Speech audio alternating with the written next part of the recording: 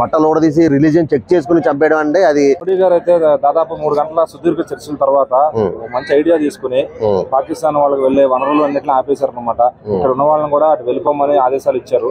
So ఎవరైతే పాకిస్తాన్ సంబంధించి ఉంటారో సో ఆయన తీసుకున్న డెసిషన్ అంతా కరెక్ట్ గా ఉన్నాయి, బాగున్నాయి అంటారా, లేదంటే యుద్ధం కోరుకుంటున్నారా?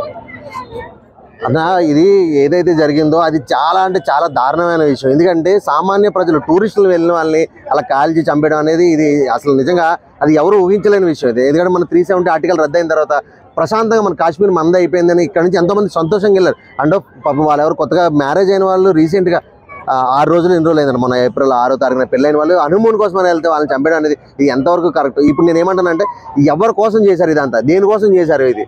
అది నిజంగా ఇది అసలు ఇది చేసే విధానం ఇది పద్ధతే కాదు, కరెక్ట్ కాదు. అసలు ఏ రకంగా ఆలోచించినా కూడా ఇది చాలా తప్పు.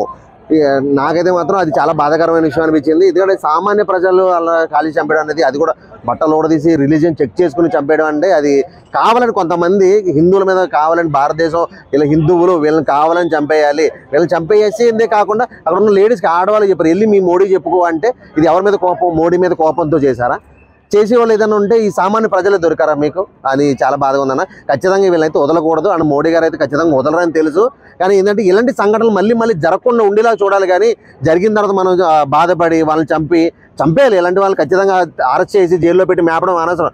ఆన్ ది స్పాట్ కనపడగానే ఎన్కౌంటర్ చేసేయాలి ఖచ్చితంగా ఇలాంటి వాళ్ళు. ఎందుకంటే ఇది చెయ్యాలి, ఇలా చెయ్యాలంటే భయం అనేది పుట్టాలి వాళ్ళు.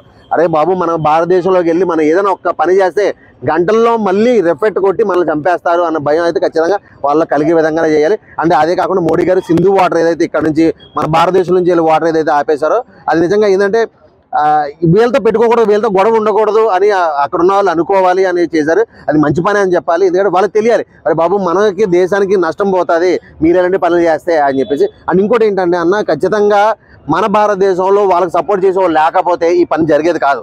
డెఫినెట్గా కొంతమంది ఉన్నారు, వాళ్ళు కూడా పట్టుకుని ఫర్దర్గా ఇలాంటి జరగకుండా ఉండేలాగా ఖచ్చితంగా మన గవర్నమెంట్ అయితే చర్యలు తీసుకోవాలి.